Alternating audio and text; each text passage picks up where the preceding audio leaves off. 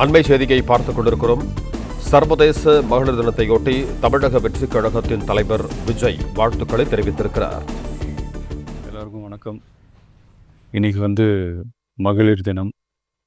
தமிழ்நாடு முழுக்க இருக்கிற என்னுடைய அம்மா, அக்கா, தங்கச்சி, தோழின்னு உங்கள் அத்தனை பேருக்கும் இந்த தினத்தில் வாழ்த்து சொல்லாமல் இருக்க முடியாது.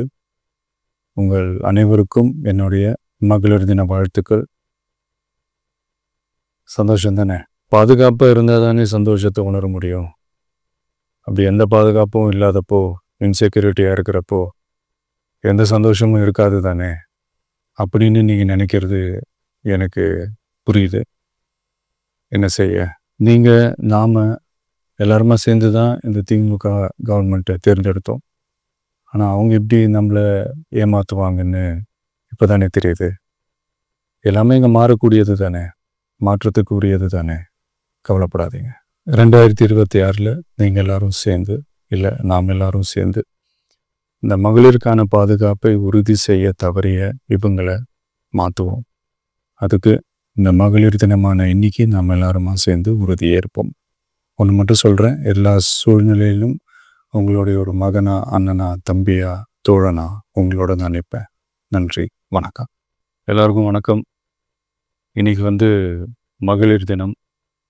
தமிழ்நாடு முழுக்க இருக்கிற என்னுடைய அம்மா, அக்கா, தங்கச்சி, தோழின்னு உங்கள் அத்தனை பேருக்கும் இந்த தினத்தில் வாழ்த்து சொல்லாமல் இருக்க முடியாது. உங்கள் அனைவருக்கும் என்னுடைய மகளிர் தின வாழ்த்துக்கள். சந்தோஷம் தானே? பாதுகாப்பாக இருந்தால் தானே சந்தோஷத்தை உணர முடியும்.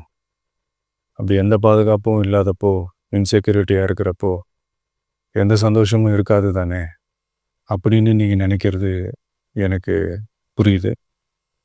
என்ன செய்ய, நீங்கள் நாம் எல்லாருமா சேர்ந்து தான் இந்த திமுக கவர்மெண்ட்டை தேர்ந்தெடுத்தோம்.